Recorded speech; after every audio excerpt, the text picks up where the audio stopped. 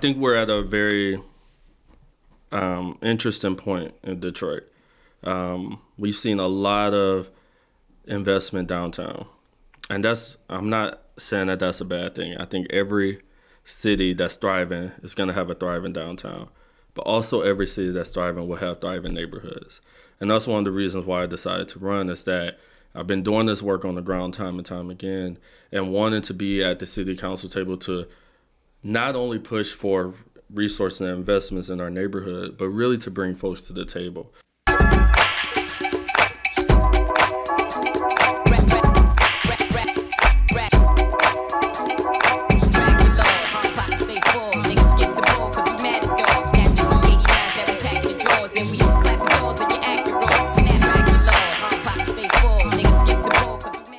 If you're looking for a space that feels like yours but comes with way more perks, then Bamboo's dedicated desk is exactly what you need. Now, when you sign up for a dedicated desk, what you'll get is an ergonomic chair, so your back won't be hurting while you're getting your work done.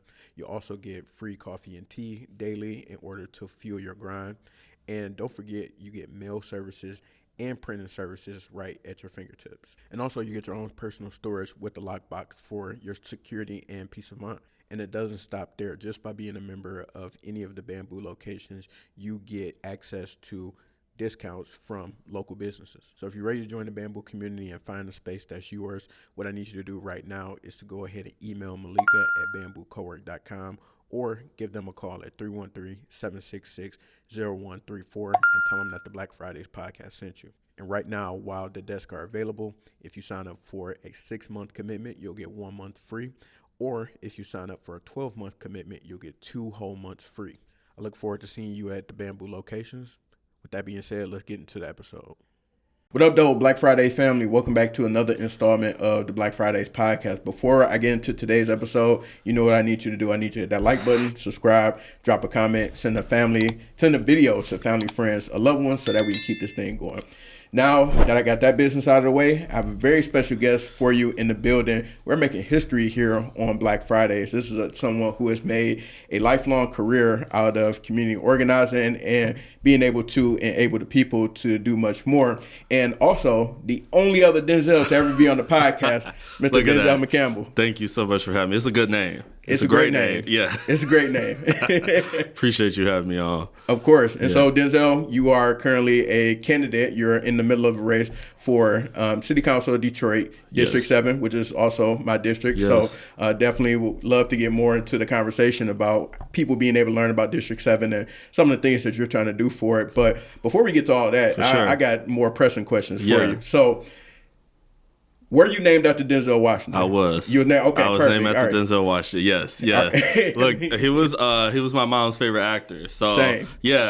Okay. So people probably have asked you about, is your name Denzel or Denzel? Have you gotten that? Lately, people tried because that video started to resurface. Exactly. I'm like, no, my name Denzel. I don't know what they got going on, but my name is Denzel. Yeah, exactly. Yep. Have people misspelled your name, either giving you an extra L or a LE? Like, have people? I've gotten the extra L, I've gotten the LE, I've gotten the IL, all type of ways. Yeah, absolutely. You gotta get your extra L, man. I spell mine with 2 L. You got the 1 L. Yeah, exactly. Like, that's what it is. But it's all, look, I appreciate, like, it's one of those names that, like, everybody's like, oh, like Denzel Washington. I'm like, yes. Yeah. Now, how many times have you heard that in your life? Every time. But like, there is not a week that goes by if I don't hear that. Yeah, for sure. Or do people tell you like, oh, Denzel, I ain't gonna forget that? No, you can't forget that name. So you get the same thing. Yeah. See, it's a unique experience. Yeah. I feel like I'm doing a Spider-Man meme. Yeah. That's it. Yes. It's but I love it, and it's like, it's really one of those things, like, it's also like Black culture in that way, right? It's like Denzel is like, oh, you didn't hear that name probably till the late 80s, early 90s, right? And it's most likely, if you see a Denzel on paper, you're talking to another Black person that they mom love that man. Yes. Yeah. How many other Denzels have you met? I probably met, you probably like the 5th or 6th, right? Okay. Yeah, I went to high school with a Denzel. Okay. I went to Michigan State, so Denzel Valentine was on their team. So, And I probably met a couple of more Denzels in the past. Yeah. Just a multiverse of Denzels. Exactly. Yeah, for sure. I think I went to high school with 3 or 4. It was 2 that was the same year as me. Okay. I think it was 1, maybe 2 that were a couple years behind us. But got you. Yeah, we everywhere. How old are you? 34. I'm at the age where I'm starting to forget. Yeah, I'm 33. So it's like, around that. Yeah, it's the same time frame that, for sure. Yeah. Like all the boys that's named Jalen now. Mm-hmm. Yeah. You can see, you think back like, what is happening during that time? Yep. It's a trend. Sure. It's a trend. All right, so now back to the important stuff. So would love for you to be able to talk about you. As I mentioned in the intro, you have created a career out of not only community organizing, but being able to serve the people. And I want to know, before we get into the campaign and the aspirations of what you plan to do in that seat for District 7, would love to be able to talk about how did you get drawn to community organizing and or serving people in a public facing way? Yeah, I tell folks that it dates back to my parents. My dad was born and raised in Detroit, was a UAW member, and would always talk about the importance around the union, how like the workers were against their bosses and the unions will always have their back. My mom was born 25 miles outside of Selma, Alabama, during the Jim Crow era. So she always taught me about the importance around voting. Her memories of seeing black folks, hoses turned on them, dogs turned on them, of course, beaten and killed just for simply having the right to vote, wanting to have the right to vote. And they all taught me about the importance of collective action and community. So I think back, and that was that like seed planted into me. And then started doing college organizing at Michigan State, and got into, this was also during the time where we were going to the administration, pleading with them to invest more dollars into counseling, invest more dollars into sexual assault prevention and survivor programs. And this was what we didn't know during the time. This was while the whole Larry Nassar scandal was going on, right? So seeing that, doing that work and seeing how folks were in power, had the opportunity to actually help the people that they were in charge of protecting, students on that campus, and instead telling us that, oh, well, we have to take money from the classrooms if we put money into the council center and these programs, which was a false choice, right? And that got me into this role of thinking about community organizing and advocacy, is that folks in government always try to, or for the most part, present this false choice between we can't do this and serving the folks because we have to serve this interest, right? And that's not what, for me, that's not what government should be about. It should be about what the people actually need, and folks in government should actually be serving on those needs. So that's what got me into this. I started doing voting rights and election protection organizing once I got out of college. I was part of the early group that what we now know of Promote the Vote, of pushing for a ballot initiative to expand our access to the ballot box. That's why we have same-day registration, no reason absentee early voting. A lot of folks have done work around that, and appreciate all the work. And I'm proud to have been a part of the early conversations around that and pushing on that. And a former Detroit Charter Revision Commissioner, so I served on that. That's the city's governing documents, and served on that trying to push for what we call a Detroit Bill of Rights, around environmental justice, around workers' rights, around making sure that we had transparency and accountability in our government, and really did that process and bringing folks in to say, how do we want to see our city shaped, and making sure that our charter reflected that. I worked on all levels of government. I worked on the congressional level as a communications director and advisor, and now I serve as a managing director for a statewide organization for doing advocacy. So it's really been, I've been in a lot of different places with this center goal of how do we actually make sure people have the power that they're supposed to have, and how do we make sure that folks in our government are serving people's best interests and not serving corporate interests that are not aligned with what we need. And I know a big part of your campaign, or in conversations we've had and that you said publicly, it's part of that reason why you are for the people and advocacy of the people, you're not accepting like corporate dollars or anything like that. And that was a big push for you. And this is how I view it. And I know there are folks, and I'm not saying that everyone who accepts corporate dollars are someone who is not acting in someone's best interest. Right. For me, it's the action of the corporate PACs and the corporations themselves. Because we know at the end of the day, their goal is to increase their bottom line. So if they're giving dollars to someone, the expectation there is that they're going to come back and ask for something. So for me, I don't accept that also. There is no expectation there. I am beholden to the people that I serve. So that when I'm at the council table, I am bringing forth what residents in D7 want, what small business owners in D7 want, what the stakeholders who are living in D7 and doing work and play in D7 actually want and need, and centering that and not having any other outside forces impacting that. For sure. Yeah. So we're going to get more into that story and background, but I want to introduce you to my favorite part of Black Fridays, which is Freestyle Fridays. Okay.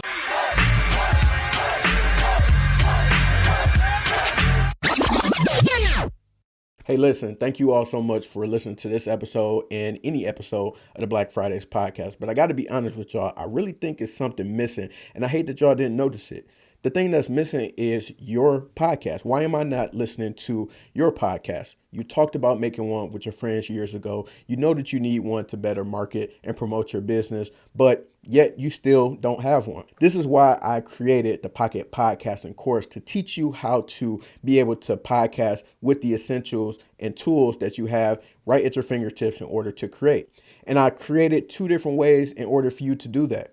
You could join my digital do-it-yourself on-demand video recorded Pocket Podcasting course, where I go literally step by step from idea on how you upload your very first podcast episode. And for my people who like to have something a little bit more tangible, I have created a digital ebook that walks you through my podcasting journey, the things I've learned along the way, the tools and equipment that I use in order to create and elevate my show. Now, look, I don't want to keep you too long, but I'm going to make this as simple as possible. Go ahead and head over to www.blackfridayspod.com to learn more about the digital podcast course and also the podcasting ebook, or you can hit the links in the show notes to take you directly to each of those resources. All right, enough of that. Time to get back into the episode.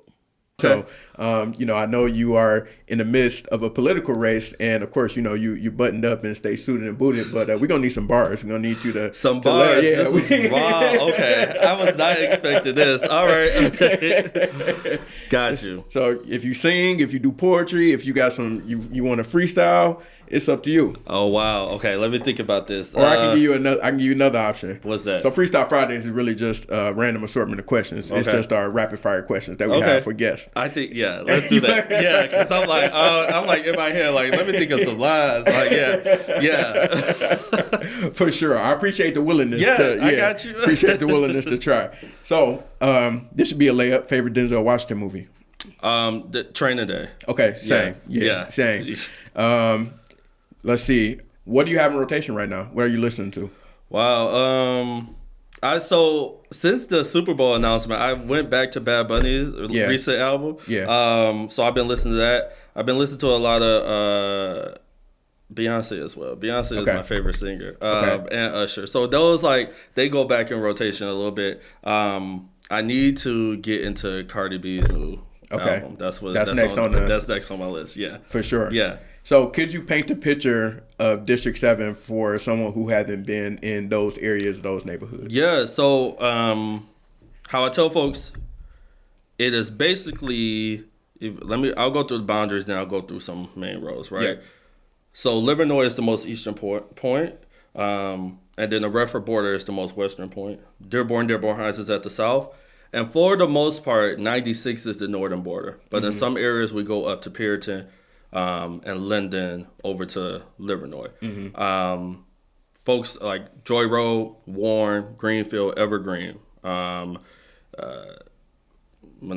Plymouth. Those are some of the main roads in it. As you go north of Wyoming, like I said, Myers, London, Puritan are some of the streets. We're home to Rouge Park, which I tell folks this all the time. Rouge Park is the largest city in the city of Detroit. It is not Belle Isle. Rouge Park is actually the largest urban park in the state of Michigan. It's bigger than Central Park. So that is a gem of the district that I really want. Like, the Friends of Rouge Park have been doing an amazing job at putting more programming there and bringing more folks, and I think we can do more of that.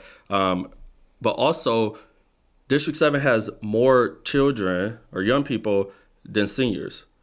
So we have a lot of young folks, and we have a lot of, seniors that have been in that neighborhood or been in that district for decades. It is like when I'm door knocking, folks are like, I've been here 50, 60 years. I've been in the same house, right? So it's folks that have been here through the ups and downs of the city, and those are the folks that I look to center in this campaign. But yeah, that's the picture of District 7. That's dope. Yeah. Are you a Coney Island connoisseur? I am. Okay. Yeah. Now, what's your order? So, all right. So it depends. If we're talking about in the morning, right? In the morning, I'm getting a veggie omelet with hash browns with cheese and grilled onions mixed in, the hash browns. Okay. If it's lunch or dinner, I love a catfish sandwich from El George's with some cheese fries. Never tried that. Okay. Not catfish. I didn't even know they had catfish. Yeah. Okay. Yeah. So that's my order. For sure. Yeah. It used to be chili cheese fries, but I'm a pescatarian now. I've been a pescatarian since 2014. So okay. Yeah. So just the cheese fries. Yeah, no, it's cheese fries. All right. Yeah. Nice. Yeah. So if you are able to win the seat, would you? I see you wear glasses. Would you get buffed up? Yeah, I've been looking like I need to get some. Yeah, absolutely, yes, for sure. Yeah, as a treat for getting past the finish line. I feel like it's a rite of passage. Yeah, for sure. Yeah. I got to get some because I want to be a family heirloom. I want to be able to pass it down to the next generation. Yeah, that's Detroit, right? For it's sure. like, here you go. Yeah, go your buffs, and then when you get a little older, you can get a mink, and then we just gonna keep adding. I'm looking forward to stepping into those. Yes. Yeah. For sure. And if you had a friend who was in town that wasn't from Detroit that came in town, what's the first thing that you would take them to do? Never been here before. I would take them to Belle Isle. Okay. Yeah, because I think like Sunset Point on Belle Isle is one of my. I said it's not the largest park, but I'm gonna give it its kudos. But Sunset Point, to just see the city, the skyscape, and just see how beautiful, like, you're on this island, right? And the nature there, but also just seeing the city, how beautiful it is. Like, when I go to friends out of town, like, I'm always like, Detroit is this special place that I can't tell you about. You have to experience. And everybody who comes to Detroit, they're like, oh yeah, I gotta come back. This ain't nothing like, I've never experienced that. So that would be the first place I take them. Very dope. Yeah. Well, thank you for partaking in Freestyle Friday. Appreciate it. You did a great job. Thank you. It all worked next out. time, when I come back, I'm going to have to come back with some bars. You got to come back with some bars. Yeah. No excuses at this point. Yeah.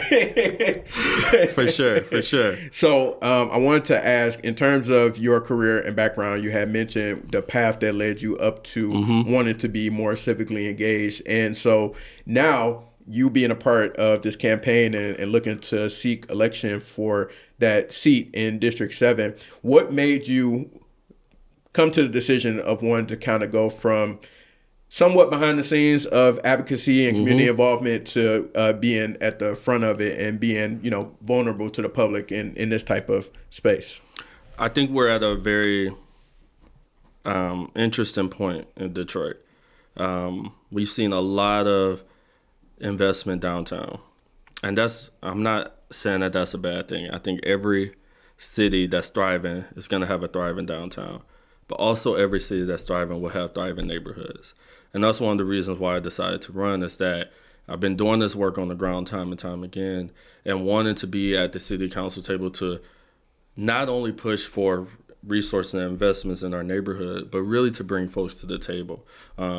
We've knocked more than 20,000 doors on this campaign, going to neighborhood block clubs, neighborhood association, and we know that our solutions are in our neighborhoods. So really running for city council, to not have it just be about me, to really bring this co-governance model to the forefront, to say, whether you're in Aviation or West Starter Drive or Plymouth Hubble or the Happy Homes neighborhood or Pride area, what do you want to see in your city government, and being a city council person to take that not only to the city council table, but to bring folks to the table. I want to make sure that we have legislative and community work groups that have those folks there to say, this is what we're seeing, this is what we want to push. Mm-hmm. And so that's what drove me to run for office, to really bring the work that I've been doing and together with community on the ground to the city council. So let me ask you this. I want to play devil advocate a little bit, because in terms of being on city council, there seems to be opportunities to be able to do that, exactly what you said. But what about the people who are from the school of thought that city council, you're just there to approve a budget and manage the budget for the city, and like, what else are you going to do outside of that? Yeah, so city council is there to approve a budget. They're there to draft and approve legislation or ordinance in the city. But for me, being on the Charter Revision Commission, seeing the power that the city council has, also being an investigative body, right, with the city, I feel that we have to take it a step further. It is one thing to approve a budget, but if we're not being, especially with this council by district model, if we're not being public service and say, I approve this money for recreations, how can we make sure that our parks are getting that, right? I'm hearing from folks in the district that they're not seeing such and such happen, or they are seeing such and such happen. Let's continue that. Let's make sure. That's what I think fulfills the role in that, to say, yeah, we're giving this money to it, but let's make sure it's working. And the only way that we can do that is actually being in the community and talking to folks, because we can't do that from the 13th floor down at the Coleman A. Young Center. Right. Yeah. What have you been hearing so far in your discussions with the community and the folks in District 7? I think we have to, what I've been hearing for the most part is that people want to see more activity in District 7. They want to be able to go to a grocery store with fresh, affordable food. They want to be able to go have a nice meal right in their neighborhood. Like, they don't, this aspect that we have to go to other districts or other cities just to get what we need that are in other neighborhoods is something that people want to see. Of course, public safety comes up a lot. And what I talk about is, how do we actually get to the root causes of harm and violence, right? Pushing more around community violence intervention and violence interrupters, making sure that people have access to good paying jobs in our neighborhoods. I tell folks that most of the folks in Detroit go outside the city for jobs, and most of the jobs that are available in the city are higher paying jobs, but they are going to folks who live outside the city. Yes. We have to change course in that, right? And make sure that our folks have access to those jobs and the skills of doing more skilled trades training, and thinking about, how do we bring some more of the emerging fields, especially around tech, especially around entertainment, into District 7, and have our folks into those good paying jobs as well. And then the last thing is, like, as I touched on, really given we have so many young folks in the district, is thinking about, how do we make sure that they have something to do before and after school programs, but also mentorship programs. We have so many folks that are doing amazing work, right? The stuff that you are doing is amazing, and you are a resident of District 7, and there are so many young folks who probably want to say, how do I start a podcast? I have something to say, right? Yeah. How do I do stuff around comms and marketing and designing, right? The stuff that you already do is like bringing folks to the table to say, there are folks that are next door to you around the block that are doing this, and how do we uplift our young folks to do that? I bring up there is a young person on the east side in the Free Press that was quoted to say, before I joined the mentorship program, I didn't know what was out there for me. I didn't know what a positive future could look like. And now I know that. And that's what we need to have more of. Yeah, and I was definitely one of those young people. I grew up in District 1, and then I lived in, I think so Central High School, is that considered District 5, or is that, District 7 or District 5? I think Central is 5. Yeah. Going past, because I grew up I spent my high school years on 14th and Leslie in the North End. Yeah, that's 5. That's 5. Yeah, okay, so 5. So I lived in 1, 5, and 7 based on the district model. But I was one of those young people, and definitely something that I want to be able to see in terms of limiting the amount of negativity that could happen in those communities, just to be able to give our young folks more things to do. Because when I grew up, like I forget what was the closest community center to me. I think they redid it or maybe reopened it or something, but it wasn't accessible to me. And like some of the things, like even the parks I used to go to, they shut those down and stuff like that. So if we could have more of those, I think that would be a huge help to give those young folks that light at the end of the tunnel, to be able to show them like, okay, you have what you need in your community. Your community is beautiful. There's nothing wrong with where you come from and where you stay at, and that there is access to a better and brighter future. Absolutely. That's key. I mean, that's like, and I think that's the partnership that our city government should have with like DPSCD and our schools, right? It's like what's going on outside the classroom and making sure that they have skills and enrichment and folks to say, like really bringing back aspects of like it takes a village to raise a child. And we all have a part in doing so, instead of what I fear is that we're going on this path of like, oh, if you're young in Detroit, you're up to no good, right? Or you ain't, and it's like, they ain't got nothing to do. They ain't got nothing. They don't have anything to do. Yeah. And what support are we giving them? What support are we giving parents, right? Like, do we have parental support programs? Like what I also tell folks is like, we have to think about the experiences of folks right now. We have parents that are working multiple jobs just to make ends meet, 3 or 4 jobs, right? We have folks that are living with trauma that has not been addressed. We have folks that need access to mental health care. And that's another thing that I push on my platform, is not only getting more resources to mental health care, but also breaking down the stigma that still exists on folks getting the care that they need. Because we have a lot of unresolved trauma in our communities as well. Yeah. Yeah. What has it been like the transition so far for you to be more public facing, so to speak, with the work that you're doing and putting yourself, Denzel, on the flyers and on the website and all that type of stuff? What has that been a transition for you? It's been a little bit of a transition. It's been a transition like when I'm just out, like when I'm not campaigning. Yeah. And I'm just out, like, because I also just enjoy like some quiet time. That I'm just like, I'm just about to go get a meal, just to go chill, and to see people out. But it's also great. It's like a community aspect. So it has been an adjustment just to be like, to have like my name on these flyers, my name on like digital ads and seeing that, and then and my face, and people are like, oh, I know who you are. Yeah. That has been a bit of adjustment. Yeah. Yeah, because I don't know how y'all do the cookies or whatever, but you keep showing up in my Facebook thing. It's like the SEIU or that, like you keep showing up in that. Well, that's good to know.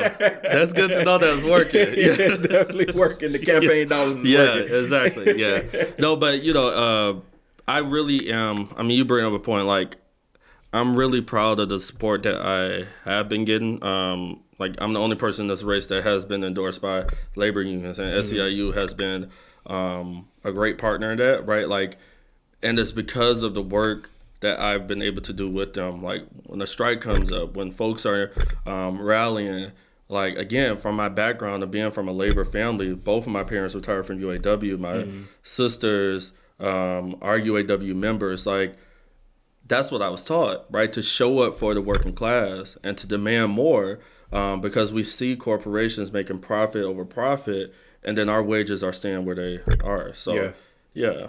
And I have a question for you. And when I'm talking to you, I'm not attacking you personally. This is more so for broader, for people who are running campaigns. Why y'all text messages be so long? Why y'all text messages? You know, when you text people, them text messages do not be that long. They do be long. You're right. I mean, I've had a conversation with the team about those too. Like we probably gotta cut this down. How do we get to the point? But the thing is, we be wanting to say so much because we also know that we have just a little bit of your time. That might be the one shot. That might be the one shot because once you see, like, you're like, who's this texting me? Yeah. You're like, hey, this is such, and you like, nah, right? But hopefully you gonna go back to that, or if you really inclined, you will read through it all. Yeah. But we've tried to fit all that in because we know you're not gonna really engage with it beyond that. Yeah. Because I done got once where it's like pictures of people with them and their dogs. I'm like, I don't know you or your dog, and how you get my number? Like, yeah, I will tell folks. So that's the question that we get a lot. Your number is a part of a public voter file. Okay. So it's not like you. No, it's not. Yeah. So we use that, but you always, you can opt out. You can opt out, and I'll tell folks this. if you are ever tired of getting phone calls, text messages, mail, just vote. Because once you vote, we're not going to bother you. Okay. Hopefully it's voting for the person that you reach out to. But yeah, once you vote, it's like, okay, thanks for voting. Okay. That's it. Yeah. Got you. Okay. Yeah. So speaking of voting, one of the things that we had talked about prior to recording was there's a lack of information in terms of different ways that people can vote. And I think that was definitely apparent in terms of the primaries because of the voter turnout numbers and how there was kind of an expectation for probably a little bit of a better turnout. But consecutively in certain elections, there's been a pretty low turnout for the primaries at least. So wanted to ask you if you could walk us down the different ways that people can make sure that they are doing their due diligence to get out and go vote in the ways that they can do that. Yeah, so right now, folks can vote absentee, and that's just mail-in voting. So if folks go to www.michigan.gov/vote, you can see all the information of where you vote, your sample ballot to see who was on the ballot, and then you can request what's called an absentee ballot. You'll get that sent to your house, and then you can send that back in. Make sure you sign it and send it back in. Starting on October 25th, you can vote early in person. There are various locations around the city of Detroit. If you go on our website, you'll be able to see those. In District 7, the closest is the Adams Bustle Recreation Center. And then, of course, voting on Election Day, which is Tuesday, November 4th. For the folks who are watching this, if you are wanting to vote, do it early. Because we're like, oh, yeah, November 4th, I'm going to put it on my calendar. Things come up. Polls are open from 7 a.m. to 8 p.m. Yep. But if you're working a 9 to 5, you only got 7 to 9 and then 5 to 8. You got to take the kids to school. You got to pick the kids up. You got to handle this. You like, oh, I go to the gym. I can do that. Go and vote early in person or do absentee so you can get it out the way. We have so many ways for folks to do that. And also, when you go to that website, you can check your registration. And you can update your registration. Maybe you moved and you forgot to update it. You can do that on that website. You can also go in person and update it and then vote right there as well. Perfect. Yeah. And speaking of Bustle, shout out to Bustle because I think I followed them on social or maybe the city of Detroit posted them, but like all the stuff that they do, Bustle always got something for you to do. I don't care if you're a kid or if you are a senior citizen. They got hustle classes, they got workout class. When I went to go vote for the primaries, they were doing what was it like? It was like basically like jazzercising and twerking. Like, I don't know how to explain it, but they was doing everything. Basketball games be up there, volleyball, ice skating, everything. Bustle does everything, and they got swim lessons. Yes, yeah. So if you're a black person who's like, I need to learn how to swim, they have adult and youth swim lessons, and for babies as well. So yeah. And black people, we got to get past this myth of us not being able to swim. Go learn how to swim. Yeah. You're an adult, and you should learn how to swim. Luckily, I paid attention. I had swim classes in high school, so I was blessed to be able to have that, and I learned how to at least swim a little bit there. Yeah. But yeah, you too old to not know how to swim. Look, I will tell you, I'm about to go. I'm one of the persons who cannot swim. Okay. So you just called me out. But I brought up Bustle swim classes because as soon as this campaign is over, I'm going to sign up for those classes. Yeah. Please. Yeah. So I hear your call out. Yeah. I'm going to go ahead. Yeah. For sure.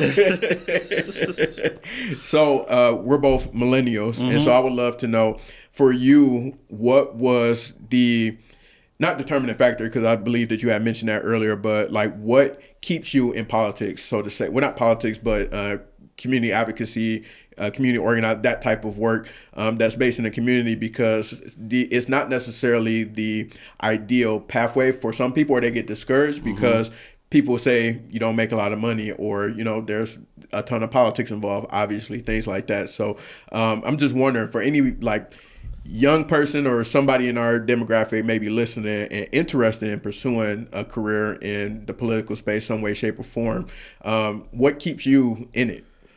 The fact that they will make decisions on our behalf, whether we're at the table or not. Folks in power, like if you look at the age of folks in Congress, you have folks that are, and this is no diss to folks who are senior age, right? Like, but you have folks that are 80 and 90 in Congress. That's crazy. making up more than the folks who are in Gen Z and millennial, right? And Congress goes by seniority. So those folks are in those leadership roles, right? And there are folks who don't have our best interests in mind who actually bank on us not voting and not being involved. Because what I hear often is that, oh, they're not here. If they were here, they would say something, right? If they cared about it, they would say something. They know that that's not true, but they use it as a way to make decisions that are not in our best interest. So that's why I have stayed involved, is to say, we deserve to have a seat at the table. Y'all are making decisions on our behalf. This whole student loan debate that they went through is like, it was led by folks who didn't have student loan debt. Right. Right? Right. So, yeah, you don't know how it is to Didn't have, go to college. right? Yeah. Exactly. And had like, didn't have to go to college, came out of that with a house, a car, no student loans, and paid for the house. Yeah. That's not the reality now. We have folks that are loaded with student debt. Housing is so unaffordable. And people are making decisions to not have a family because they can't afford it. Mm-hmm. So it's like, we deserve to have that seat at the table. And my goal is to push to make sure that that voice is there and that I'm bringing folks along as well. That's dope. Yeah. What's your outlook for the city in terms of, I'll ask it in a two-folded question. Mm-hmm. What's something that excites you? And then what's something that scares you or concerns you moving forward as we're about to go into new leadership with the mayor? Also, the state of Michigan is going to go through some changes next year with governor, things like that. So, and then also other things that's on the ballot right now. What excites me is that I think we're at a place where folks are realizing what's actually at stake here. That we have so many folks making we have a class of folks making a lot of money with our labor, and we're not seeing the fruits of that, right? We have, for me, when you have someone becoming the world's first trillionaire, when yet folks are living in poverty, when you have great things happening downtown, but yet majority of our children are living in poverty, people are now realizing what is the cause of that. And it's corporate greed and wealth inequality. And it is manifesting itself on all levels of government. And the influx of money and politics of those folks trying to call the shots. And I know that's a lot of doom and gloom, but the exciting part is that people are realizing what is at stake here and saying that what's actually the forces behind the folks acting out of our best interests. We need to tackle that. We need to run for office. We need to be at the table. We need to have folks and beat the drum to make sure that we having folks that are putting the working class first. That is what excites me, and being unapologetic about it, right? What scares me is that how brazen those folks have gotten that are working against us, right? On the federal level, the folks that are making money hand over fist, just doing whatever they want, right? The influx of money that we've seen in our politics to really try to sway people's opinion in one way when they know that's not the fact, right? That is what scares me, that will continue, and that we will have a atmosphere of disinformation out there, of folks being pitted against each other's communities, saying you're the reason why, this type of crab in the barrel mentality.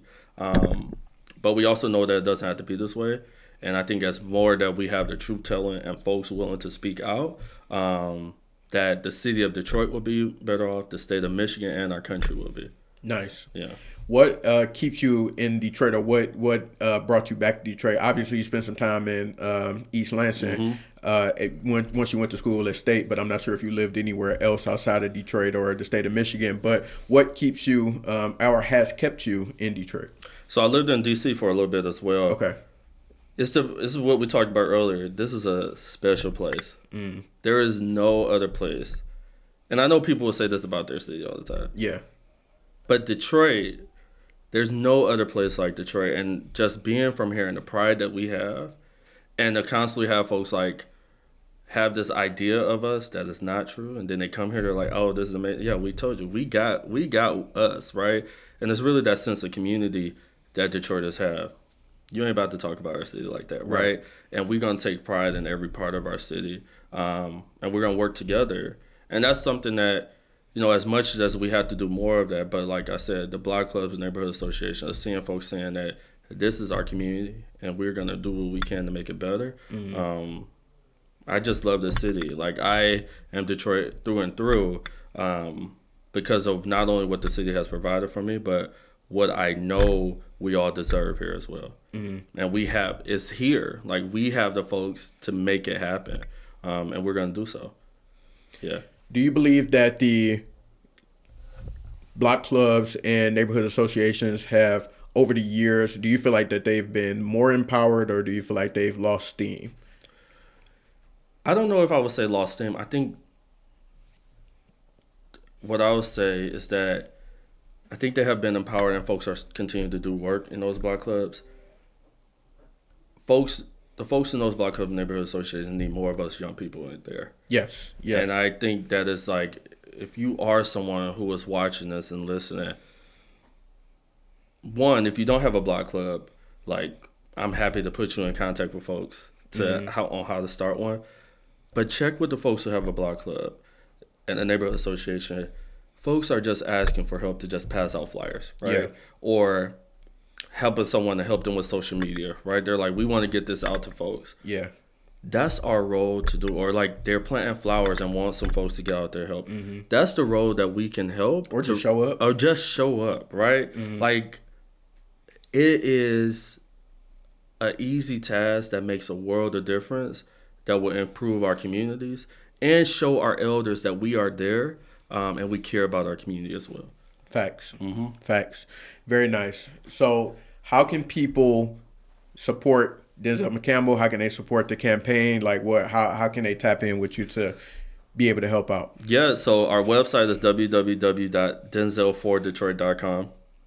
That's all spelled out. Only have one L. But also we're on Facebook, Instagram, and Twitter.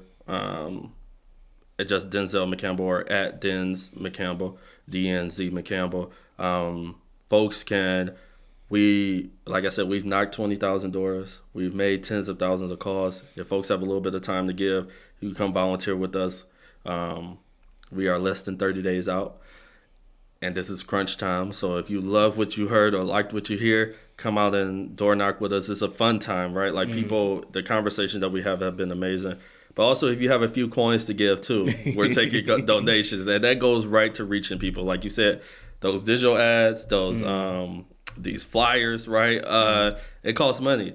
And that's what your money would go to. And then please, if you are in District 7, vote for Denzel McCampbell on or before Tuesday, November 4th. If you're not in District 7, share this with 3 people, 5 people.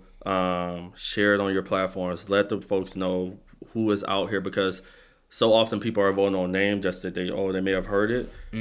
We need more folks to know who they're actually voting for and their track record. And no matter where you are, please do vote on November 4th.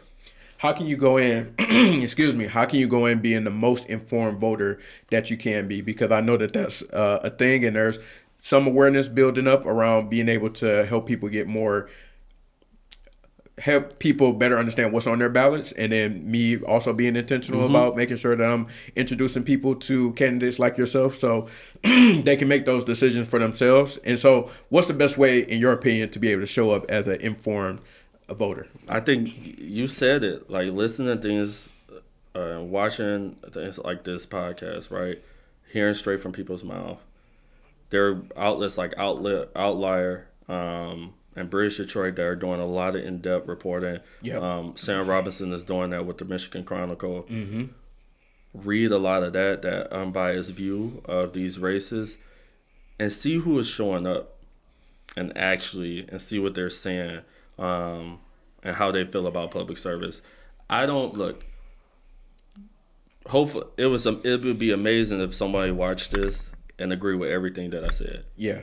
I know that most often is not the case, but for the folks that you feel that have integrity, the folks that you feel that have been rooted in your community, the folks that you feel is like that's the vision that we need to have forward. I will look more into those folks and see what they're all about and support them. Love that. Yeah. Excuse me. I don't know what's going on. No, you're good. The season getting the best of me. Look, for sure. It's that up and down. 80s one week and then 50s the next. Yeah. Exactly. So we appreciate you coming on the platform today. Thanks for having definitely me. Grateful for the work that you have done and being an advocate for the people on the back end, and also stepping into the forefront, and then putting your bid in for District 7 for City Council. So we wishing you the best of luck moving forward with the campaign. Appreciate it. Thank you. Thanks for having me on. This has been great. Of course. Yeah. And I got one more Denzel question for you. What's your family nickname? Wow. So Denny. They call me Denny too. See, there you go. Yeah, Denny. And then my mom's nickname for me was Boo Man. Okay. Yeah, and my dad is he calls me Denny, but he also called me his main man. So okay. Yeah. That's what's up. That's love right there. Yeah, for sure. All right, y'all. Denny and Denny signing off. We'll talk to y'all.